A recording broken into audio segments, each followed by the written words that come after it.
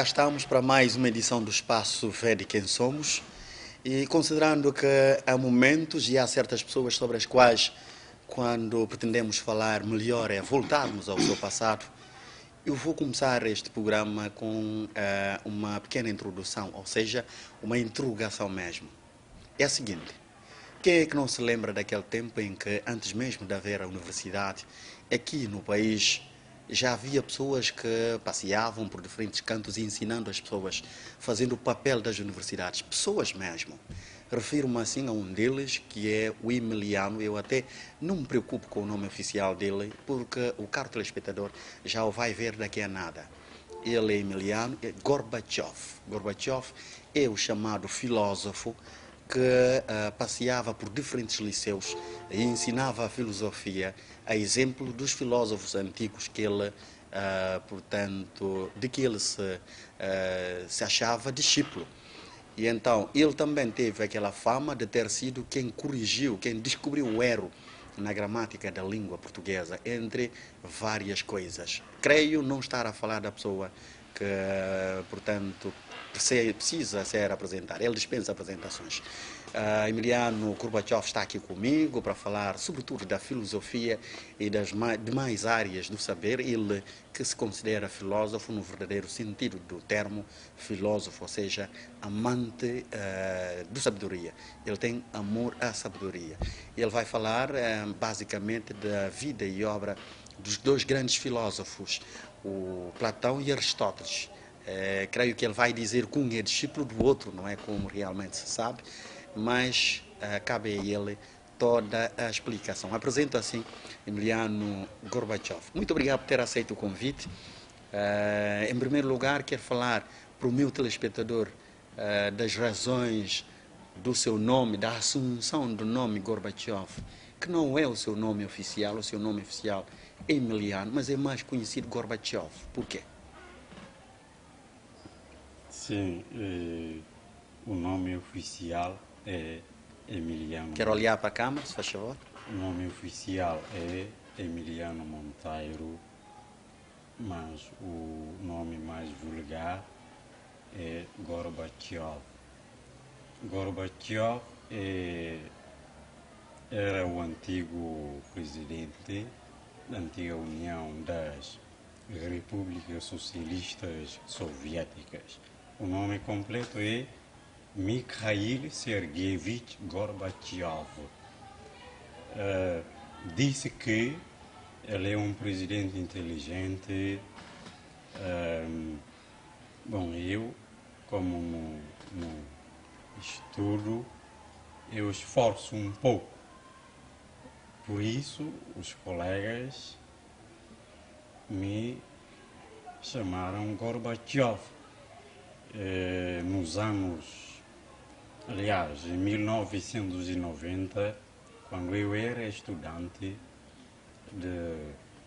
do ciclo Amizade Guiné-Bissau Suécia. Quem me chamou assim, o nome dele é Anselmo T. E o nome ficou a difundir por toda parte da Guiné-Bissau. Emiliano quase não é conhecido, só Gorbachev. Gorbachev, até um certo tempo, as pessoas cortaram Gorba, só passaram a chamar Kiev. Kiev agora é mais vulgar que Gorbachev, o antigo presidente da antiga União das Repúblicas Socialistas Soviéticas. Um país fundado por Vladimir Ilyich Ulyanov, mais conhecido por Lenin, Leon Trotsky e José Stalin. Estes três homens é que fundaram a antiga União das Repúblicas Socialistas Soviéticas, em 30 de dezembro de 1922. Esta é a origem do nome Gorbachev. Muito bem, feita a introdução, vamos agora ao que nos trouxe aqui. O senhor é sempre chamado, não só de Gorbachev, filósofo. As pessoas dizem filósofo, filósofo. Concorda com o nome filósofo? Vamos rever o seu passado e até o presente. Eu acho que muito do seu passado ainda se reflete no presente. Sim, eu aceito a expressão filósofo. Eu aceito esta expressão, filósofo. Mas eu aumento mais uma palavra, filósofo inato. Por quê? Vou fazer a comparação com, aliás, como fez Immanuel Kant, o filósofo alemão. Ele chama a sua teoria o idealismo transcendental. Por quê? Para poder distinguir, diferenciar, discernir, destrinçar o idealismo empírico cartesiano e o idealismo fantasista e místico de Berkeley, David Berkeley. Bom, eu digo filósofo inato para fazer a distinção com alguns filósofos na Guiné-Bissau. Aqueles que estudaram a filosofia. Muito bem. Porque eles foram para a Europa fazer o curso da filosofia. Eu nasci filósofo e não nasci para ser o filósofo. Eu sou o filósofo inato. Eu é que tento cumprir com o sentido próprio da palavra filósofo no mundo atual. O filósofo é quem sabe um pouco de tudo. Esta pessoa é que nós chamamos filósofo. Mas este termo foi inventado por um filósofo grego chamado Pitágoras. Mas como? Um dia estava a discorrer, a discursar à frente de um rei de Fliunte, chamado Leonte. O rei ficou muito entusiasmado. Sim, entusiasmado, admirado com o discurso pitagórico, o discurso de Pitágoras. Daí que lhe perguntou que arte professava e que assunto era mais sábio.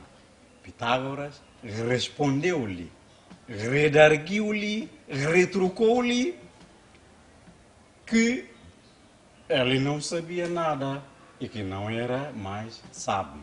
Mas sim, ele é o filósofo, isto é, o amigo da sabedoria. E a palavra assim ficou inventada por Pitágoras. Mas a filosofia já existia em alguns países. Não é na Grécia Antiga que a filosofia nasceu pela primeira vez. Já nasceu, já surgiu, já apareceu, já eclodiu na Índia Antiga, China Antiga, na Babilônia, no Egito.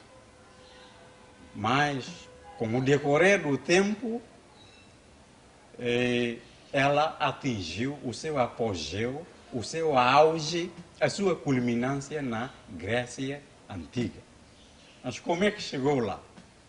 É através de alguns fatores. Um fator é a situação geográfica da Jônia. O outro fator é a atividade mercantil ou comercial. Um outro fator temos as antigas, as ancestrais, as decrépitas religiões gregas que nós podemos encontrar nas poesias de Homero e Hesíodo. Homero é o fundador da mitologia. E o outro fator é a própria naturalidade de Tales de Mileto, o primeiro filósofo da Grécia Antiga e de toda a Europa Ocidental, Tales de Mileto. São estes fatores que levaram ao surgimento da filosofia na Grécia Antiga. Sou um filósofo inato. Mas isto não quer dizer que não tenho conhecimentos, não tenho as cognições na filosofia. Para dizer que só aqueles que fizeram o curso da filosofia é que têm cognições filosóficas. Eu não fiz o curso da filosofia, mas investigo muito, eu averiguo muito, eu indago muito, eu escruto muito, eu perscruto muito sobre a filosofia. Daí que alguém pode pensar que eu fiz o curso da filosofia, o que não aconteceu comigo. Falando ainda do seu percurso neste mundo filosófico, tem sido o orientador das pessoas que se preparam para os testes, sobretudo na Faculdade de Direito de Bissau, incluindo as pessoas do seu grupo, com quem entraste, pessoas do teu grupo, não é? Tu, em vez de ires te preparar para entrar, foste preparar os outros para juntos se concorrerem. Ainda fazes deste trabalho? Como foi que ganhaste a coragem de lá ir e também a confiança de seres permitido dar aulas, dar orientação aos que se preparam para testes na faculdade? Repita. Como foi que ganhou a coragem para ir à faculdade, sem ainda ter feito a faculdade, dar aulas, dar orientações às pessoas que se preparam para o teste, e como foi que conseguiste a aceitação, não é, de lá estar? Sabemos que a instituição é rigorosa. Sim. Bom, os alunos é que avaliam o orientador, o facilitador. Como é que eu consegui dar aulas aqui desde 2007 até ao dia Rodier? Num dia estava eu a passar perto do anfiteatro da Faculdade do Direito. Quem estava a dar aulas era O Jorge. Não. Sene. Caçama. Sim, Sene. Sene é que me chamou para assistir às aulas. Eu assisti às aulas no dia acaudatante. Convidou-me mais para assistir aulas. O que é acaudatante? Seguinte, eu assisti. Já no terceiro dia, ele me pediu para dar aulas. Eu dei aulas 2 dias. Já no terceiro dia, os candidatos disseram que já não querem mais outra pessoa para dar aulas, para lhes dar aulas. Sou eu. É assim que eu consegui. Então fizeste mal ao Sênio, não é? Não, a intenção não é. Mas ele é teu amigo. Sim. E ele é também filósofo, não acha? Sim, Dada a maneira de ser. Sim. Não, estou a perguntar uma coisa curiosa. Éramos inseparáveis. Não saía da minha casa. Mas diz-me lá, conhece o Sênio? Aproveito para falar dessa pessoa, com algumas características parecidas com o Gorbachev. Considera o Sênio Caçama de um filósofo também? Considero. Com que argumentos? Considero, porque investiga muito, vem à minha casa, apresenta as dúvidas, quando lê livros está acataléptico, aliás, está sim, acataléptico, está cético, logo dirige a mim para eu tirar aquelas dúvidas. Porque o caráter do filósofo é ser investigador. O filósofo é quem investiga o saber. E não como os sofistas que dizem que são os enciclopédicos, os enciclopedistas. Isto é, já sabem tudo. Não precisam de investigar. Por esta razão, Sócrates e Platão disseram que eles não são os filósofos. O filósofo é quem investiga o saber. E o doutor Seneca Samar, ele é um investigador do saber. Daí que eu lhe enquadro na classe dos filósofos. O Sene é filósofo. Ele é um aluno tioviano, um aluno do Tiov, o Sene. Ao Sene, caso esteja a nos acompanhar, receba a qualificação de filósofo por parte de quem já sabe, o Tiov. Olha, e vamos agora tentar evoluir. O nosso tempo é muito pouco escasso. Vamos falar essencialmente, conforme combinamos, de vida e obra dos dois grandes filósofos, Aristóteles e Platão. Primeiro, quem são estes homens no meio dos filósofos? O Sócrates é considerado o pai da filosofia, o centro da filosofia. Diz-se que a filosofia se divide em pré-socrática, socrática ou pós-socrática e tudo mais. Então, estes homens são quem na filosofia, se bem que fala-se muito e mais de Sócrates. Eles são grandes? Quem são eles, resumidamente? Sim, são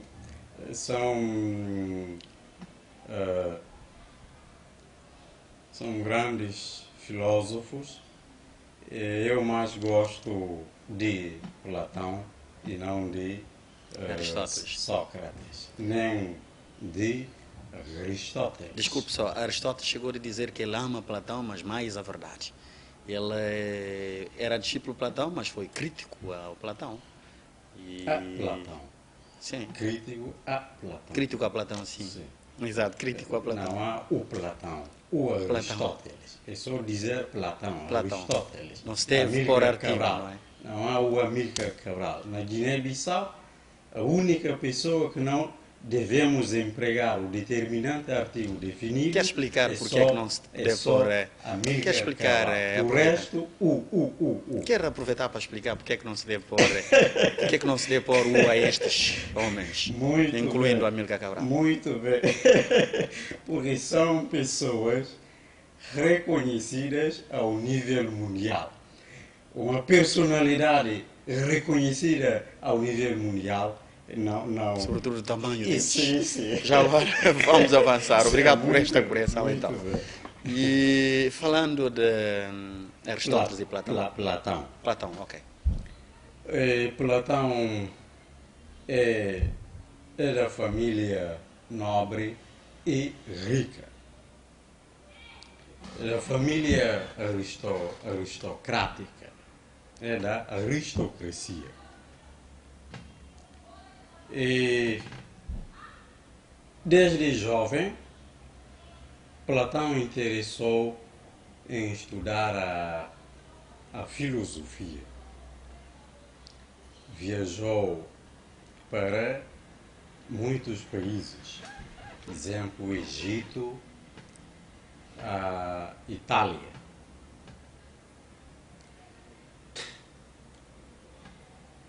Ele dedicava a sua vida à política, mas abandonou o campo político definitivamente. Por quê?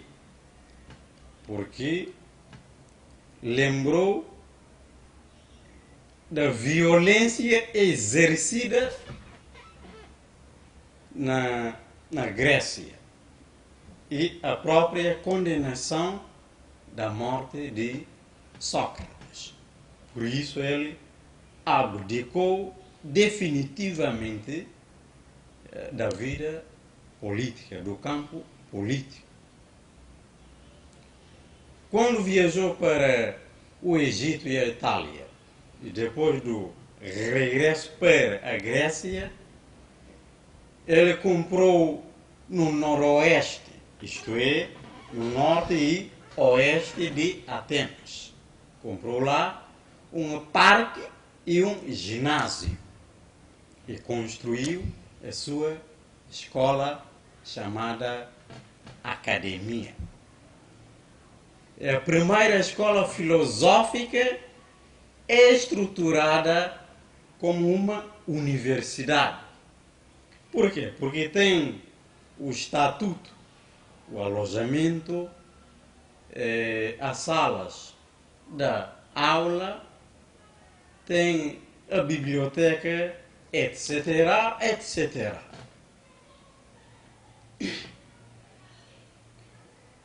Platão falou do estado ideal. O estado ideal é o estado que quer viver no bem, na virtude, na justiça. Disse que o estado ideal possui 3 classes sociais, que são a classe dos filósofos ou magistrados, a classe dos soldados ou guerreiros e a classe dos produtores ou artesãos. Cada uma classe precisa da outra. Os filósofos precisam dos soldados, porque se houver a guerra de um país contra o outro, os soldados eles vão defender a integridade territorial do Estado, integridade territorial da pátria, do país. Logo, os filósofos precisam dos soldados, dos guerreiros, e ainda precisam dos produtores ou artesãos, porque eles é que vão conservar a atividade econômica. Os soldados defendem o Estado, a pátria, no aspecto interno e externo. Os filósofos, eles é que são capazes de orientar, de timonar racionalmente o homem na sociedade. Eles é que vão estabelecer a ordem social que as outras classes vão cumprir, vão obedecer. É assim que ele dividiu o Estado ideal. O Estado que quer viver no bem, na verdade, na justiça. A Guiné-Bissau não é um Estado ideal. Eu é que vou transformá-la num Estado ideal, futuramente. Formas do governo. Para Platão, há 2 formas do bom governo e 4 formas do mau governo. As formas do bom governo, as 2 formas do bom governo são a monarquia, o governo de uma só pessoa, que nós chamamos o monarca ou o rei. Ou é o governo do rei. E ainda temos a aristocracia ou o governo do filósofo rei, que governa segundo a lei. Estas é que são as boas formas do governo. São 2. E 4 formas do mau governo. Nós temos a timocracia, temos a oligarquia, temos a tirania e a democracia. Do mal, Sim, estas são do mau governo. na perspectiva de De Platão. Platão, De muito Platão. bem, não do Platão, De mas Platão. sim de Platão, muito bem. E a democracia é o quê? Timó, em língua grega, significa ambição. A democracia é o governo dos ambiciosos, dos ávidos, aqueles que têm a ambição do poder. Não querem largá-lo, não querem deixá-lo. Querem ficar no poder vitaliciamente, permanentemente, viternamente, sempiternamente, perenalmente, perenemente, perpetuamente. Mas não eternamente. Querem ficar assim. Mas eternamente não, porque é impossível ao homem. Mas Então, inicialmente, os adjetivos todos entram, ou menos. esta é a intenção deles. Ok. Sim. Então basta dos Bom, adjetivos. temos a oligarquia. A oligarquia vai da palavra oligo, em grego significa pouco. É o governo de poucas pessoas ricas, opulentas, milionocratas, plutocratas. Os timocratas vão transformar aos oligarcas. Porque quando alguém fica permanente no poder, acaba por transformar numa pessoa rica.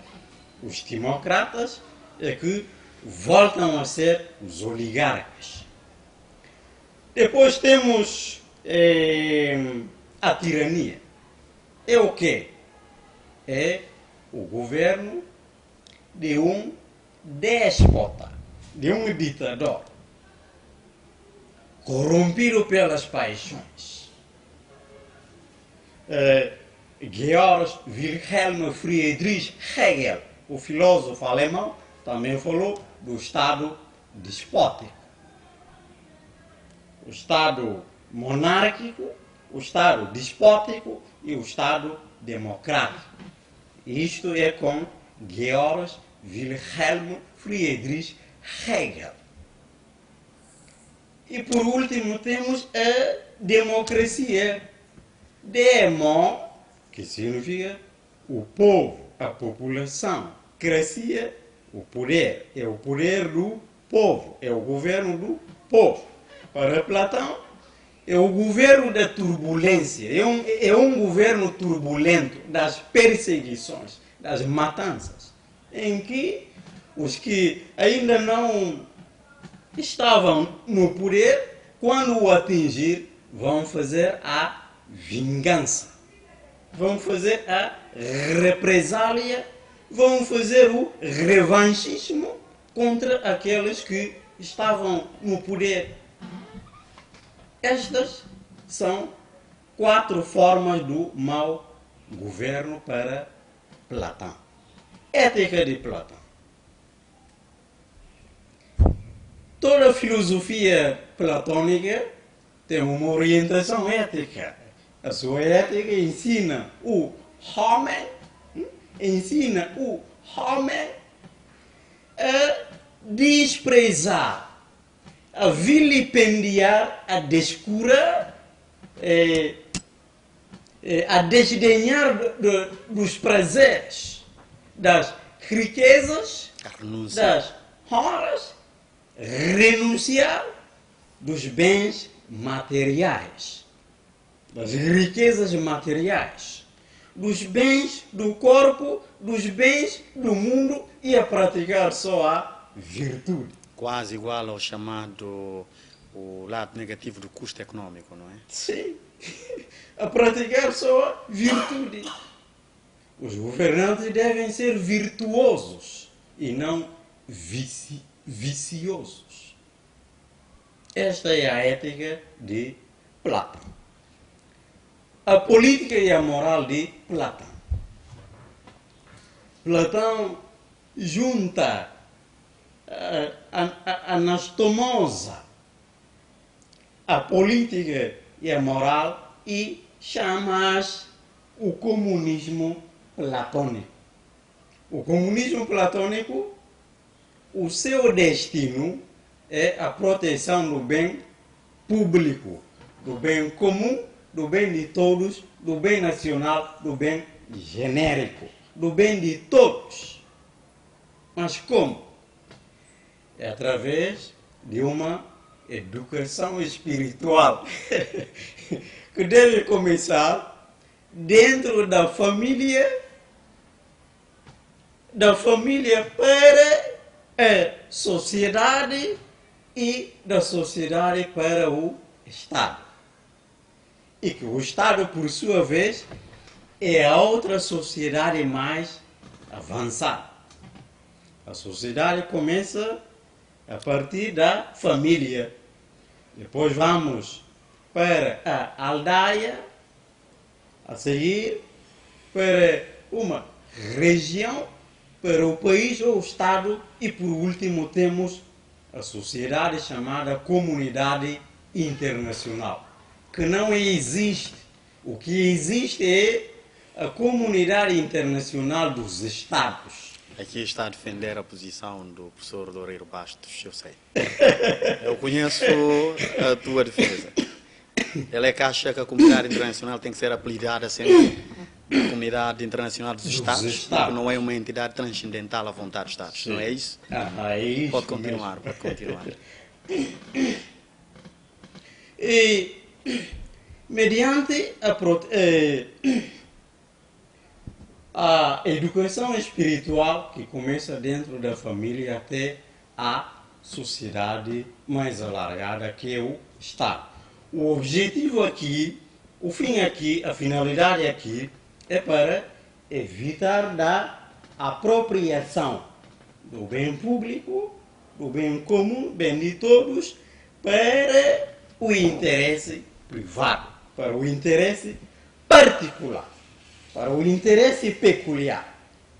Este é que é o objetivo do comunismo platônico. E defende que é só assim é que nós podemos ter os bons. Quer avançar um pouco para Aristóteles também, porque o tempo não nos é favorável? Aristóteles. Aliás, um minuto antes de Aristóteles, o nome de Platão, o nome originário é Aristóteles. Aristóteles. Como o meu nome é Emiliano Monteiro. Depois Tiov. Agora é Tiov. Tiovde. Ou Tiov. Quem lhe deu o nome Platão? É o seu mestre Sócrates. Por quê? Porque a sua omoplata é muito larga. Por isso, Sócrates Platão, lhe não aumentativo. Platão, né? sim, Platão. A sua omoplata é muito larga. Mas o nome próprio é Aristóteles. Agora é Aristóteles. É o discípulo de Platão.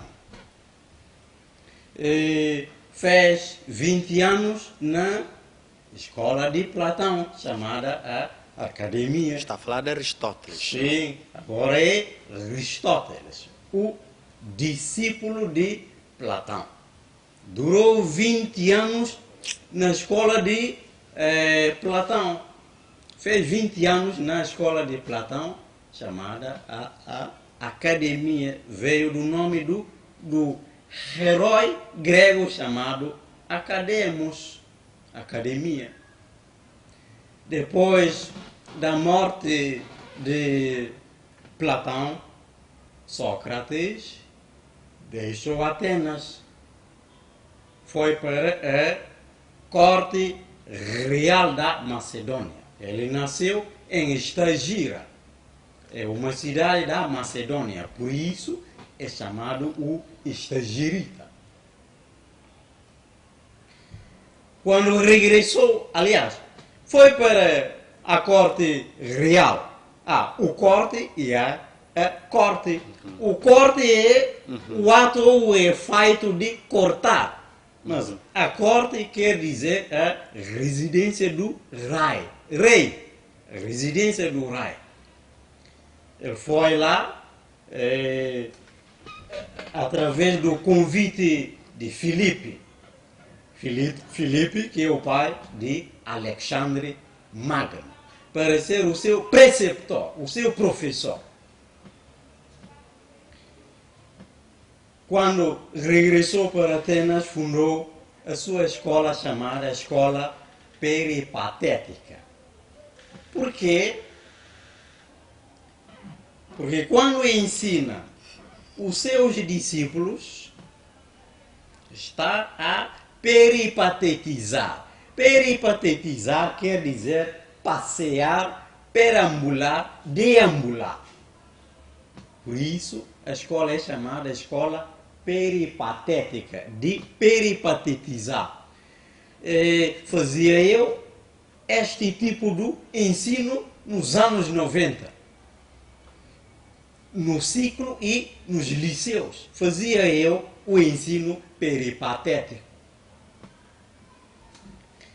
Mais tarde, o nome da escola peripatética mudou para o liceu. Por que a escola é chamada o liceu? Quer virar para o micro? Porque a escola é chamada o liceu porque está perto de um templo chamado Apolo Lixi. Apolo Lixi, é daí que surgiu o nome liceu. O nome liceu. Porque a escola peripatética está perto do templo chamado Apolo Lixi. Por isso, recebeu o nome liceu. Ensinava lá a biologia e as ciências naturais, principalmente. A origem do Estado para Aristóteles. Aristóteles é um naturalista, enquanto que o seu mestre Platão é um contratualista. Para Platão, a origem do Estado é contratual, é convencional, vai através de uma convenção, de um contrato. Mas para Aristóteles não, é natural e não convencional ou contratual. O Estado surgiu por causa da natureza. Talvez baseou naqueles 3 elementos que permitem o surgimento de um Estado. O povo, o território e o poder político ou a soberania. Política de Aristóteles. Para ele existem constituições justas e constituições injustas. Que são constituições justas? São aquelas que servem o bem comum, isto é, o bem dos governantes e, simultaneamente, concomitantemente, sincronicamente, o bem dos governados, o bem do povo. Estas constituições são a monarquia, o governo de um só, que cuida do bem de todos. A aristocracia, que é o governo dos virtuosos, dos melhores. Estes virtuosos cuidam do bem de todos sem atribuir nenhum privilégio. Não atribuem nenhum privilégio. E por último, temos a república ou a política. República vai da palavra grega res publica, que quer dizer coisa pública. Res, coisa, em grego. Coisa pública. Política vai da palavra polis, que significa a cidade. Logo, a república, a política é o governo popular, que cuida do bem de toda a cidade. E as constituições injustas, que são elas? Que são constituições injustas? São aquelas que servem só o bem dos governantes e não bem dos governados. São elas. Nós temos a tirania, que é o governo que procura o interesse próprio. Temos a oligarquia, que procura o bem econômico pessoal. E temos a democracia, que é o governo que quer suprimir, que quer eliminar, aniquilar, exterminar a diferença social em nome da igualdade. Estas são as constituições injustas. Emiliano, Oui. Chiof, Oui. eu vou tentar retirá-lo destes assuntos e colocar uma questão muito difícil. Eu vou ver. Como o senhor ensina não só a filosofia, a história e tudo mais, também a cultura geral, eu vou colocar uma questão para desafiá-lo, que é para ficar aqui sem ter a resposta, não é? Perante o meu telespectador, que era a curiosidade. Aceita o desafio? Sim. Bom, caro telespectador, escute a questão que eu vou colocar ao Chiof e vou ver se é filósofo realmente. Quer-me chamar os nomes de todos os presidentes dos Estados Unidos da América e dizer os anos em que cada um deles, portanto, governou. Pode dizer isso. Desde o início dos Estados Unidos da América até hoje. Se fizer isso, o programa acaba. Mas eu vou desafiar a sua investigação. Isto não consegues. Diz-me que não. Vai desafiar a minha investigação. Então confirma que não consegue e avança para outra coisa. Vais conseguir falar de todos os presidentes dos Estados Unidos da América, desde que a América é América até hoje? Bom, não fixai os anos. Não, mas os nomes. Se for uma obrigação, vou fixá-los. Mas podes-me dizer, fixá-los. quer-me dizer os nomes de todos os presidentes dos Estados Unidos da América até hoje? Chamo alguns, agora mesmo. Alguns e não todos? Sim. Vamos ver.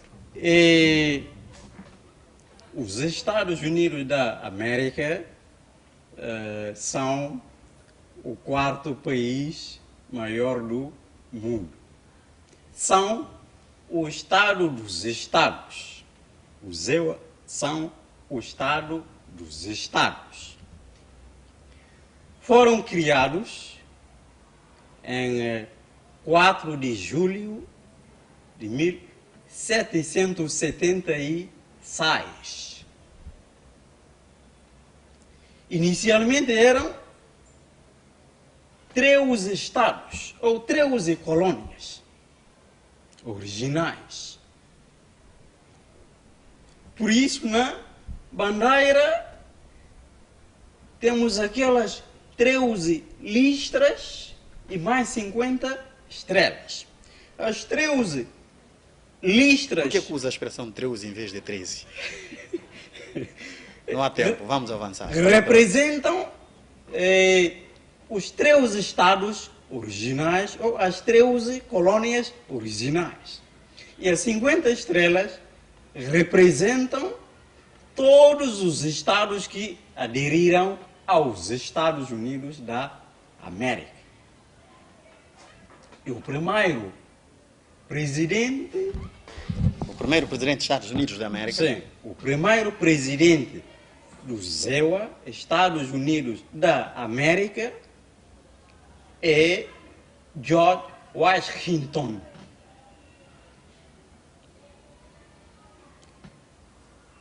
A capital não era Washington, era a Filadélfia. Depois temos Nova York, os holandeses que chegaram lá pela primeira vez. Nova York, temos Washington. Por quê? Um francês, um engenheiro francês, Lafayette, é quem construiu um parque. É o presidente Johanna Diamonds que lhe pediu para construir um parque. Depois do fim deste parque,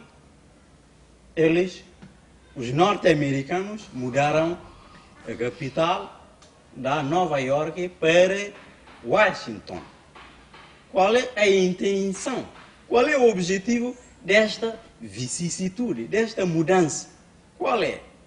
O objetivo é para não esquecer, para não olvidar do líder imortal da guerra dos norte-americanos contra os ingleses, o general brilhante, excelente general George Washington. Como aqui temos Amílcar Cabral. Quando falamos em poucas palavras, chamamos o nome Amílcar Cabral. É assim que os norte-americanos ou os estadunidenses dizem com George Washington, o primeiro presidente dos Estados Unidos da América, só para não esquecer do seu nome. Depois temos Johanna Diamonds, O segundo presidente. sim, o segundo presidente. E antes, os homens que fundaram os Estados Unidos da América são 7. 2 não foram presidentes. Os 5 foram presidentes. Depois temos Thomas Jefferson. Thomas Jefferson era o ministro dos negócios estrangeiros norte-americano ou estadunidense. Estou a referir Jefferson e não negócios estrangeiros. Se fosse negócios estrangeiros, diria norte-americanos. Poria eu a palavra no plural. É o mesmo Thomas Jefferson quem leu a Declaração da Independência dos Estados Unidos da América. Mas a Inglaterra não a reconheceu. Até 1783 é que a Inglaterra acabou por reconhecer a independência norte-americana, ou a independência estadunidense, como Portugal fez com a Guiné-Bissau. Só em 10 de setembro de 1974 é que Portugal reconheceu a independência da Guiné-Bissau, em Argel, capital da Argélia. Estavam lá Arafat Mané, Vítor Saúde Maria, o presidente português, o ex-presidente português Mário Soares. Por que isso aconteceu? Por que isso aconteceu num país francófono? O filósofo não investigou isso. Não, sempre tenho os argumentos. Então apresente os argumentos. A independência da Guiné-Bissau a ser reconhecida na Argélia? Sim, sim, sim.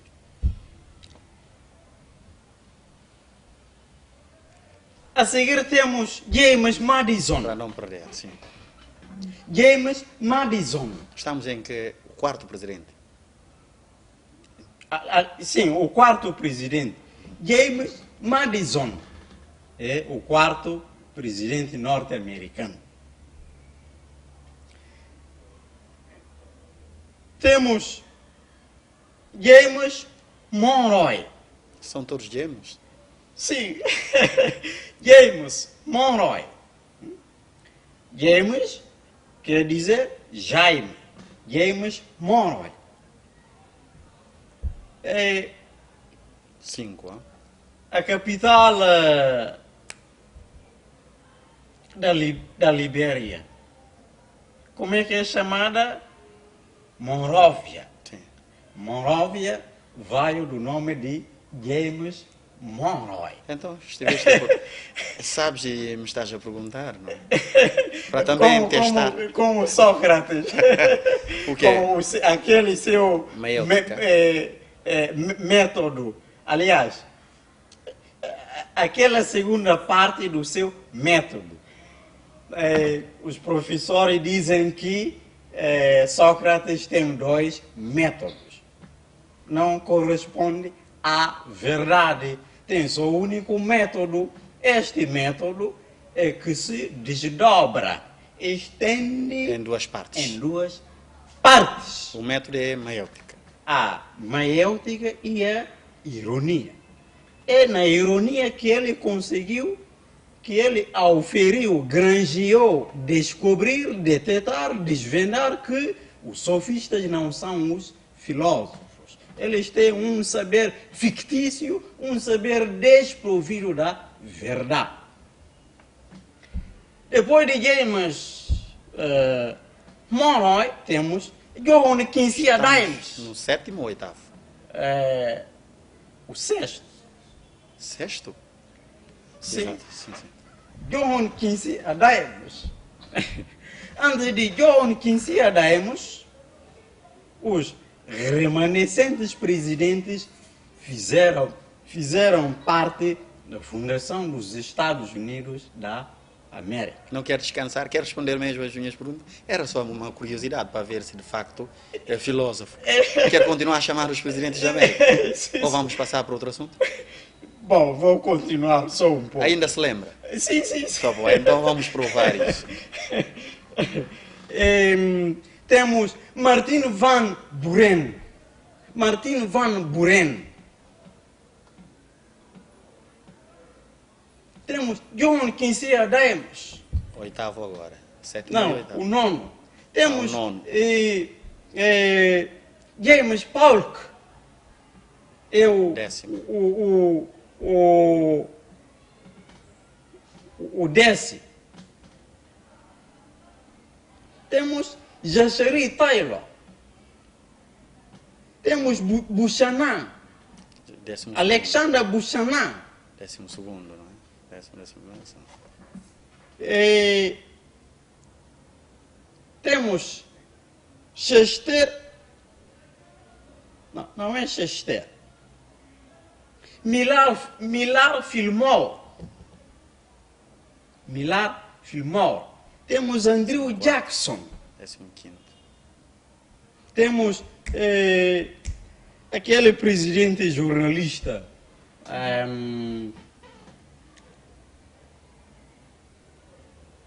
O nome está a escapar.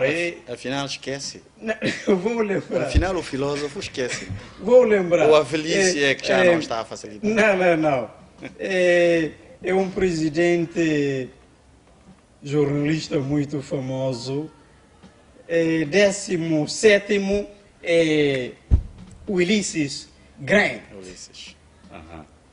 Que tem muita ligação com a história da Guiné-Bissau, não é? Sim. A questão de Mulama. Sim. A sentença entre Portugal e E Inglaterra. a Inglaterra.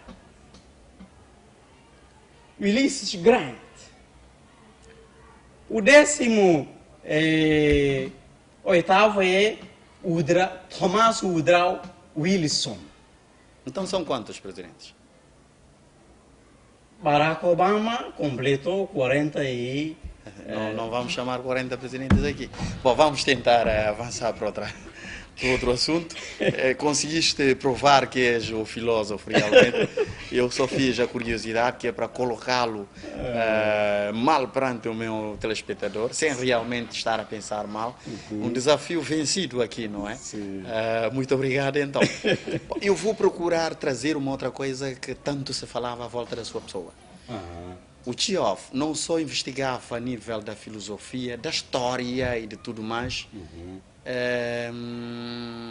também investigava sobre a língua portuguesa. E costumava-se dizer que o Chekhov descobriu o erro na gramática da língua portuguesa. Isso é verdade ou era só boatos da Guiné-Bissau? Quer contar a história, um pouco daquilo, essa história? Bom, não Temos é, só em 2 minutos. não é o boato.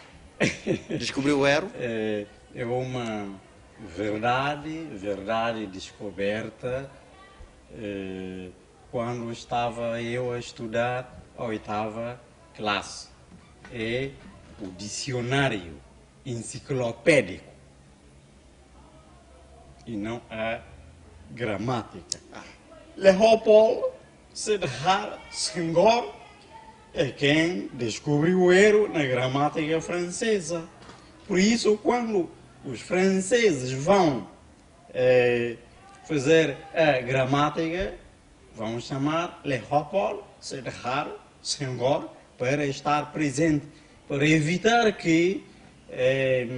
Volte a haver erro. sim, sim. É por causa disso que eles chamam Leopold Sédar Senghor, o primeiro presidente senegalês. É o dicionário enciclopédico.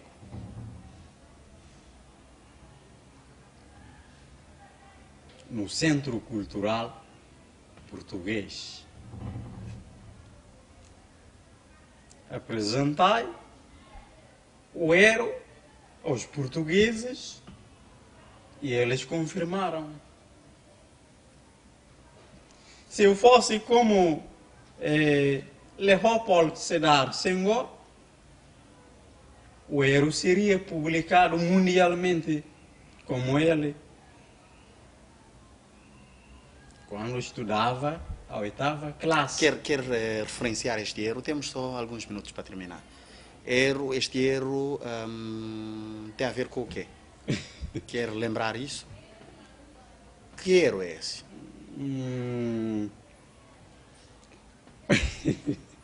Nem já estou a lembrar da página, porque eu escrevia a página do dicionário. Mas a guerra de 98 levou tudo. Queimou a minha biblioteca.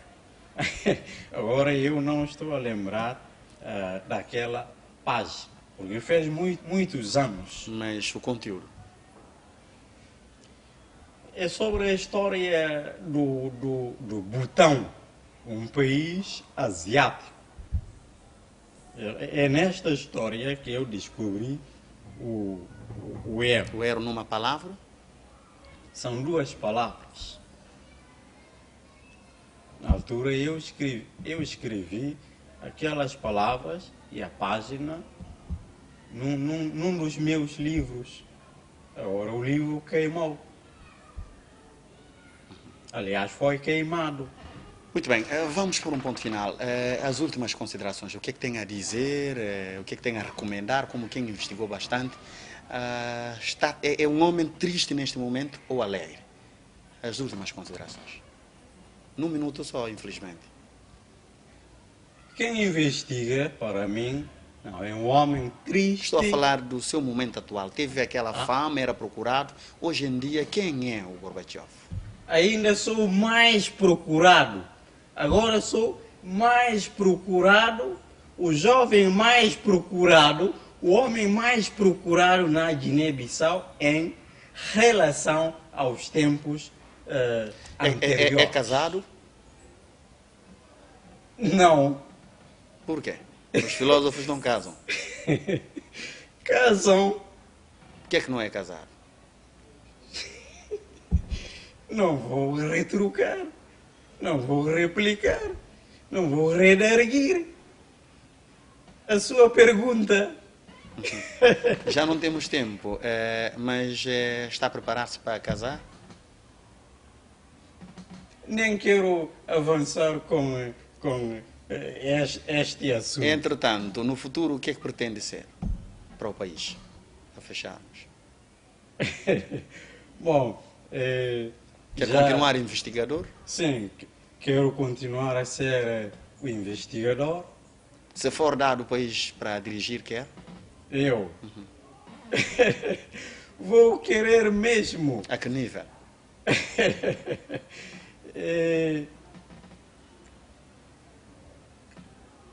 Inicialmente eu disse que eu é que vou fazer a Guiné-Bissau para ser um Estado ideal. Isto é, um Estado que vai viver no bem, Vamos na parar em justiça reticências, não há e tempo. na verdade. Quer ser presidente da República? Quer ser primeiro-ministro? Quer ser quê? Olha só, vamos fechar aqui em reticências, infelizmente. Caro telespectador, foi um prazer enorme. Estou aqui com o homem, o conhecidíssimo Gorbachev. Ele passeava por diferentes liceus, dando as aulas de filosofia e diferentes matérias, até da língua portuguesa às pessoas. Ele todos os anos está na Faculdade de Direito de Bissau a dar explicações de história e filosofia e até de língua portuguesa, não é? Os que necessitam e que concorrem para, portanto, testes de admissão. Um abraço, foi um prazer. Vamos trazer mais pessoas e mais edições do Espaço Verde Quem Somos. Até a próxima.